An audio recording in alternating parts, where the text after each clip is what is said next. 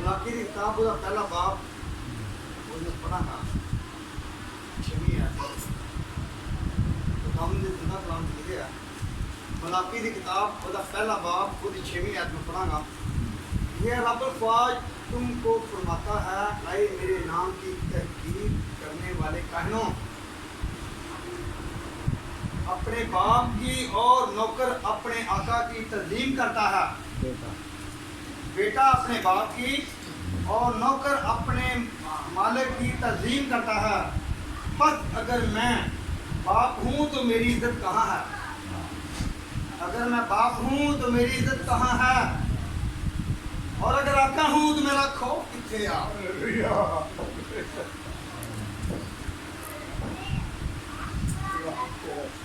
और तुम कहते हो तुमने किस बात में तेरे नाम की तहकीर की है? तुम मेरे मज़बा पर नापाक रोटी को बनाते हो और कहते हो हमने किस बात में तेरी तौहीन की है?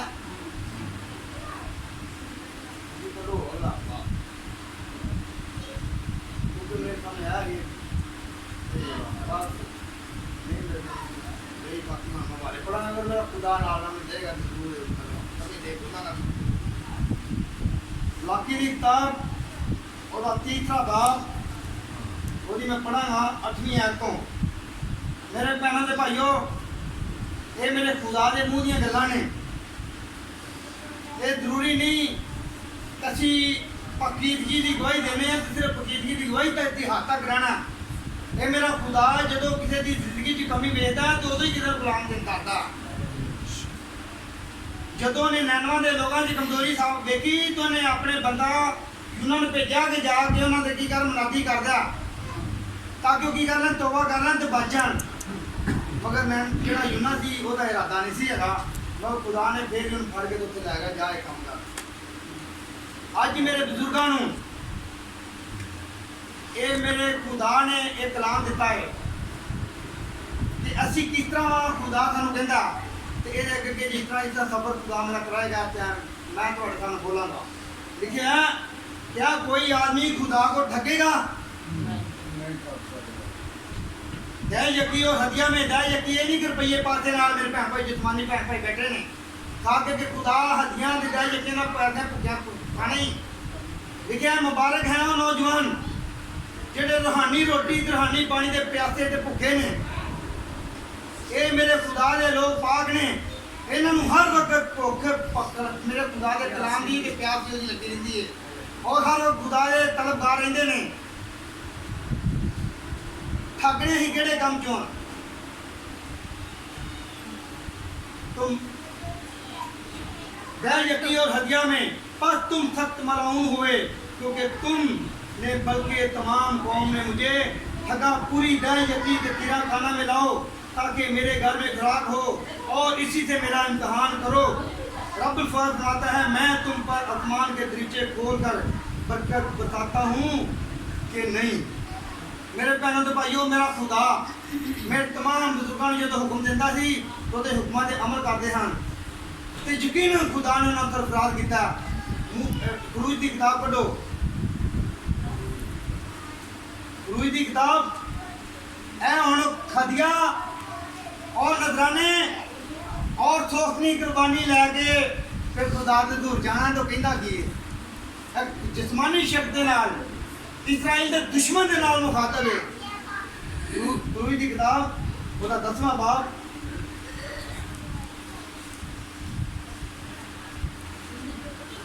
उसकी 24वीं आयत। खास करके मेरे बुजुर्ग असी इन चीज़ नहीं खुश रहना कई जुमे रोजा रखने हैं बैठे रहने हैं, मगर यही देखिए कि अं इलाके या कलाम के मुताबिक अपनी जिंदगी में बसर कर रहे हैं या नहीं करते।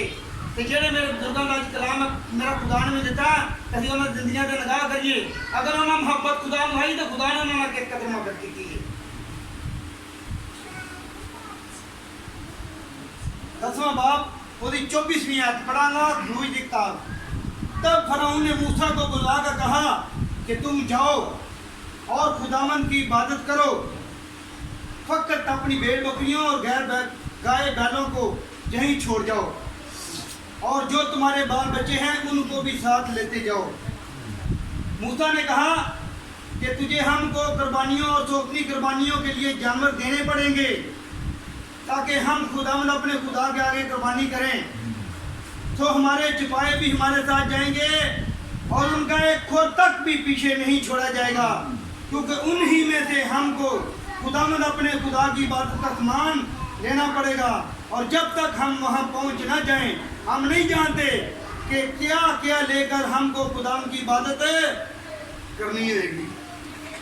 अरे बच्चों तो कितने ही आप ही नहीं खुदा की दुनिया देखा करके मैं गिले नाल दुख ना गल करना लगा कि नवी भैन सी और नवी जान सी खुदा के दूत किस तरह से हुए, मगर मेरे बुजुर्गों का हाल देख लो। चाहिए दे सी कि घर भर जाता मेरे मुकद्दस लोगों के नाल, क्योंकि अं कहने अं फर्दन फर्दन मसीह के जोड़े आजाम अं मसीह का बदन आ, जे बांह उत्ते रह गई तो लत्त उत्ते रह गई तो फिर बदन पूरा कितों आ गया। फिर कहता साडा दावा कि बदन अं बदन हो सकने अं बदन की गवाही दे सकने। मेरा बुजुर्ग बाप तो उन्हें भी कहता कि मैं जंगल का जानवर का खोर भी इतने नहीं छड़ागा, मैनू नहीं पता कि खुदा मेरे को केड़ी चीज मंग ले। चलो खुदा की किताब च अगर मेरे बाप ने मंगया तो उन्हें की किया, मेरे बाप की मोहब्बत में देखो। खुदा की किताब खुदा भाई तो बाप तेरा शुक्र हो। गवाही अं बड़े उच्चे मुकाम की देने, अच्छी गल है गवाही देनी, अच्छी गल है, क्योंकि सानू खुदा ने दुनिया जो अलग मोहब्बत अलग पहचान दी है, मगर साड़ी दौड़ जी है बहुत घट है। तो मेरा खुदा जानता तो सारे भाइयों को खुदा ने तजर्बा किया और सारे ही अपनी अपनी जिंदगी के वाकफ हाँ कि साड़ी दौड़ कितनी कुछ तसी है। मेरे बाप इब्राहिम का वाकया पढ़ी मैं पढ़ागा। देखो खुदा ने उन्होंने की किया है और उन्हें उस चीज़ मनिया तो खुदा ने उन्होंने किस कदर अपनी बरकत के नाल और अपनी पेट के और अपनी मोहब्बत में छुपाया। मैं पहली आयत पढ़ागा 22वां बाप लिखे। इन बातों के बाद यूं हुआ कि खुदा ने इब्राहिम को आजमाया और उसे कहा ऐ इब्राहिम। उसने कहा मैं हाजिर हूँ। तब उसने कहा कि तू अपने बेटे इसहाक को जो तेरा इकलौता है और जिसे तू प्यार करता साथ लेकर मूरिया के मुल्क में जा और वहाँ उसे पहाड़ों में से एक पहाड़ पर जो मैं तुझे बताऊंगा तो उसकी कुर्बानी के लिए चढ़ा दे। उन्हें डायरेक्ट ही कहता है मेरे खुदा ने बेटा तेरा पहला ही बच्चा ही कपड़ों बच्चे।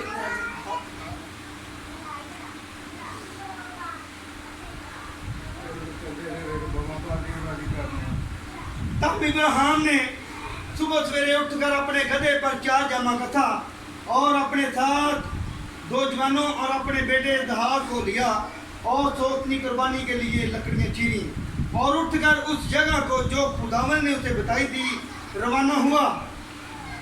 तीसरे दिन इब्राहिम ने निगाह की और उस जगह को दूर से देखा। तब इब्राहिम ने अपने जवानों से कहा तुम यहीं गधे के पास ठहरो, मैं और ये लड़का दोनों जरा वहां तक जाते हैं और सजदा करके फिर तुम्हारे पास लौट आएंगे। जे अगर मेरे भैनों तो भाइयों असी आने तो सब तो पहले साडा नौकर तो दूर दिया एडा वड्डा खोटा दूर दिया साडे को निका जिहा मोबाइल ही नहीं बंद हुंदा। ये नहीं साडी जान छाड़ा तो मोबाइल के पता कितने दरवाजे खुले होंदे ने, बड़ा दुनिया के दरवाजे खुले होंदे ने। इधरों बच्चों का दरवाजा खुला होंदा, इधरों काम का दरवाजा खुला होंदा, इधरों पता नहीं किहड़े किहड़े वास्ते होंदे। हेलो हाँ जी भाई जी मैं इत्थे मैं जी दुआ कर रहा नहीं अकरामन करते जन्नती दी जी कि जदों तू दुआ करे ते अपनी कोठी में पिछों बंद कर दे तो सिर्फ अपने खुदा की दूरी झुक जा ताकि तेरा खुदा पुछीदगी से जाने कि तू मेरे को की मंगना है मैं तेन देंगा। कहीं 20 दरवाजे खोल के पिछों आ जाने फिर भाइयों के मोबाइल खड़का होता ना दूसरे भाई को तवज्जो करना पीछे। उन्हें की किया गधे ने भी अपने नौकरों पीछे छड़ आया तो इतने ठहरो तो मैं तेरा खुदा दुखी करके उन्हें सजदा करके तो वापस आ रहा। और इब्राहिम ने सोचती कुर्बानी की लकड़ियां लेकर अपने बेटे इसहाक पर रखी और आग और छुरी अपने हाथ में ली और दोनों इकट्ठे रवाना हुए। तब इसहाक ने अपने बाप इब्राहिम से कहा ऐ बाप उसने जवाब दिया, मेरे बेटे मैं हाजिर हाँ। उसने कहा, देख आग और लकड़ियां तो हैं। उसने कहा, देख आग और लकड़ियां तो हैं, पर चौकनी कुर्बानी के लिए बड़ा कितने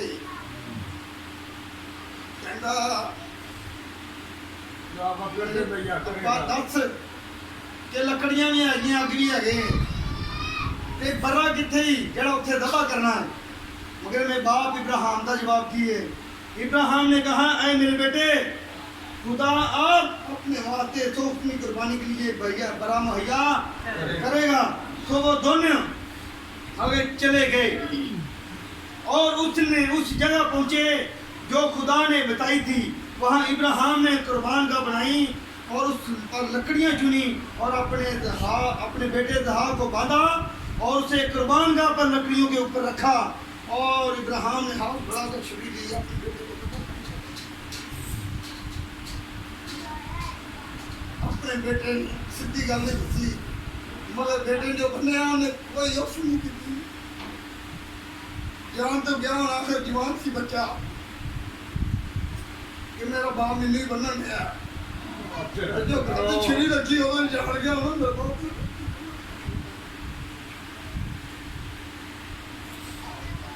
छुरी नहीं बढ़ाया देखो क्या करता नहीं करता नहीं कर सकता।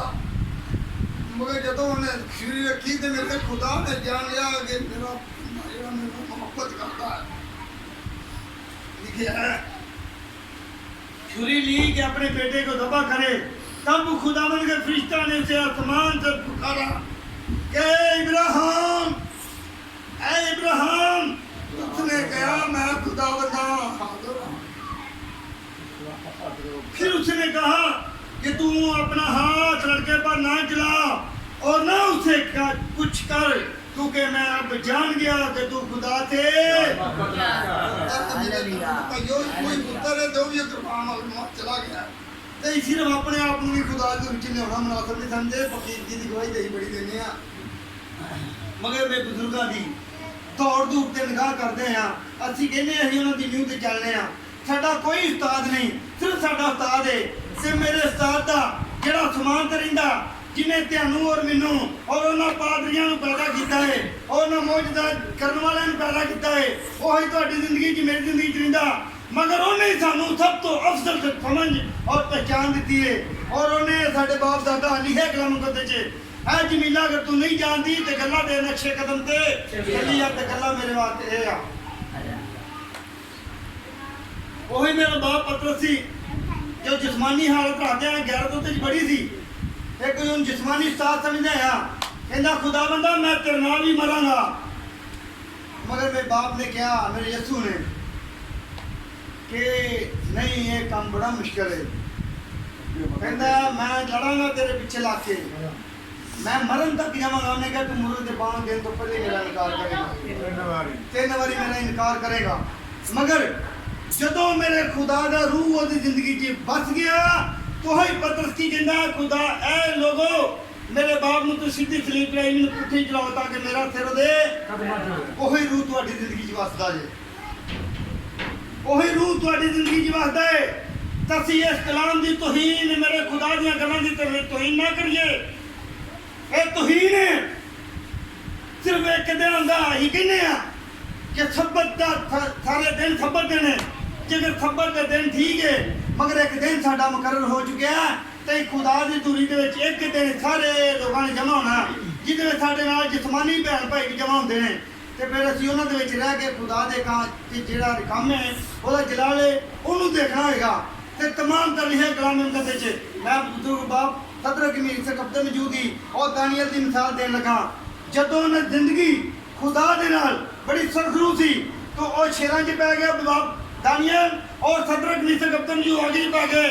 ते लोगों ने उनकी जिंदगी च मुतासर हो गया कि इन्हां दा खुदा की है, सच्चा खुदा है और इन्हां दे खुदा दी की करो, पूजा करो। उन्हां दे बच्चे पीछे नहीं जाने, बाहर बीबियां भी पीछे होनियां, भैणां मेरियां जिस्मानी कहंदियां होनियां भला कर रहा हम तो बाप मर नहीं लगे ना, अगे सुट्टन लगा इन्हां नूं बादशाह है कि इन्हां नूं समझ नहीं आउण दी। एडी तेज अग चलन दी भला सुट दे कर लेना 2 मिनट की गल है, पूजा कर लेना।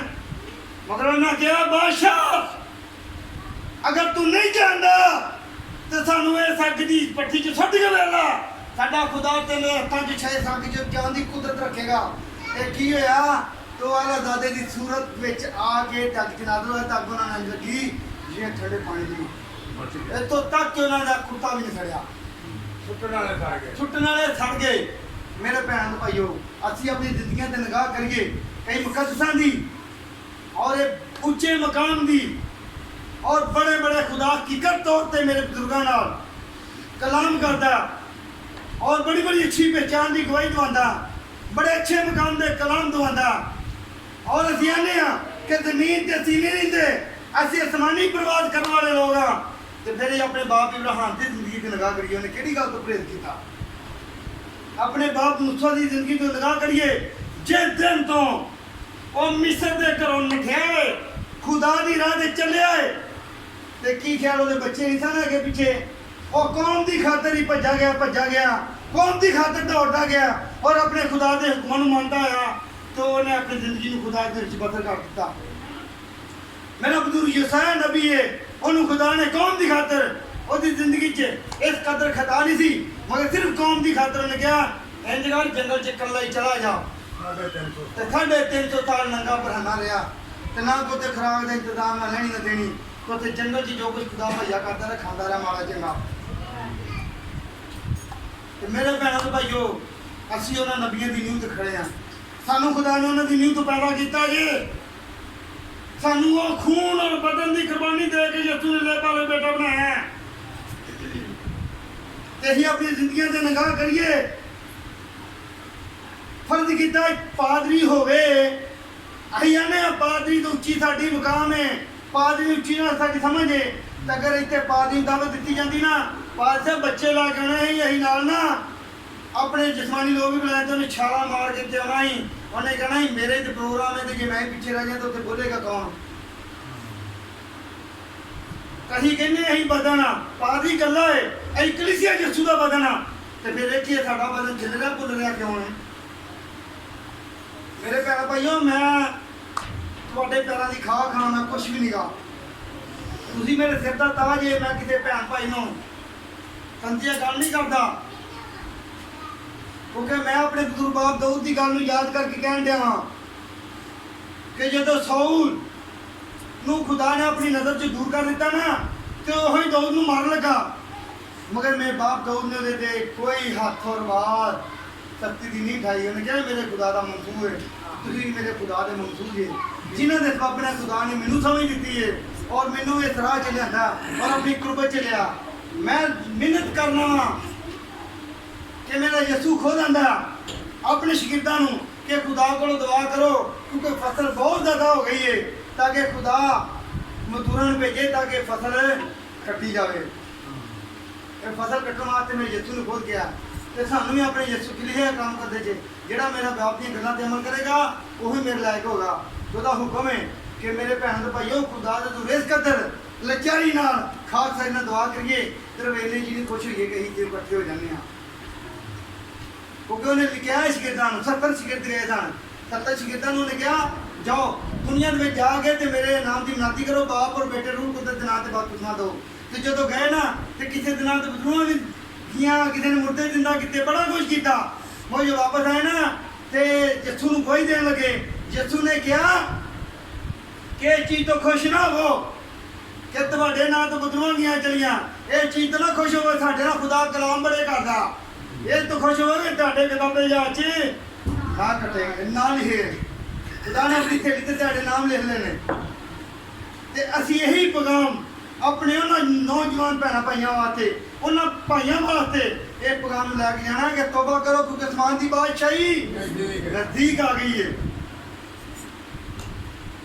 सिर्फ एक पहचान और एक गवाही सिर्फ मेरे बाप ने मेरे बकिया के बुजुर्गों ने दी है कि सिर्फ शिफावां की हद तक नहीं रहना अच्छी गल है शिफा भी मेरे यीशु ने एक नेमत दी है मगर सब तो उच्चा मुकाम है कि लिए यीशु जी की जिंदगी आ जाता ना उसकी जिंदगी बदरू रही है ना उसकी जिंदगी कोई बीमारी रही है खुदा हर तरह सरफराज कर देता है तो ये गवाही सिर्फ मेरे बकिया के बुजुर्गों की पाई जाती है। और किते भी नहीं दुनिया सब शिफात मबनी है मगर मेरे जो बकिया का मतबा है मेरे बकिया के लोग ने उन्होंने दी गवाही सिर्फ देख के तौबा कर क्योंकि आसमान की बादशाही ने दी के खुदा तेरे गुनाह भी दूर करेगा और तेनों शुभावां ते भी खाई बख्शेगा खुदावन दे पाक कलाम दे पढ़े और सुने जाने के बाद खुदावन मिन्नू और मेरे बुजुर्गों को बरकत दे आमीन